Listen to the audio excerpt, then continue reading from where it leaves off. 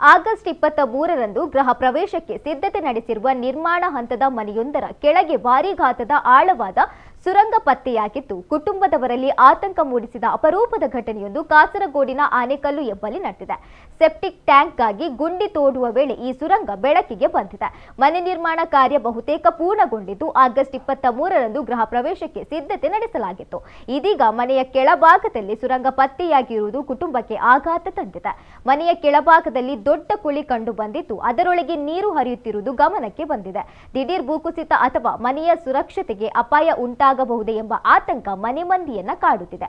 ಪತ್ತೆಯಾಗಿರುವ ರಚನೆ ಸ್ವಾಭಾವಿಕವಾಗಿ ನಿರ್ಮಾಣವಾದುದೇ ಅಥವಾ ಹಳೆಯ ಸುರಂಗವೇ ಎಂಬುದು ತಜ್ಞರ ಪರಿಶೀಲನೆಯ ಬಳಿಕವಷ್ಟೇ ಸ್ಪಷ್ಟವಾಗಬೇಕಾಗಿದೆ. ಸಾಲ ಮಾಡಿ ಮನೆ ನಿರ್ಮಿಸಿರುವ ಕುಟುಂಬಕ್ಕೆ ಗೃಹ ಪ್ರವೇಶಕ್ಕೂ ಮುನ್ನ ಎದುರಾಗಿರುವ ಈ ಬೆಳವಣಿಗೆ ಆತಂಕಕ್ಕೆ ಕಾರಣವಾಗಿದೆ. ಮನೆಯ ಸುರಕ್ಷತೆ ಕುರಿತು ಸಂಬಂಧಪಟ್ಟ ಅಧಿಕಾರಿಗಳು ಹಾಗೂ ತಜ್ಞರು ಪರಿಶೀಲನೆ ನಡೆಸಬೇಕಿದೆ.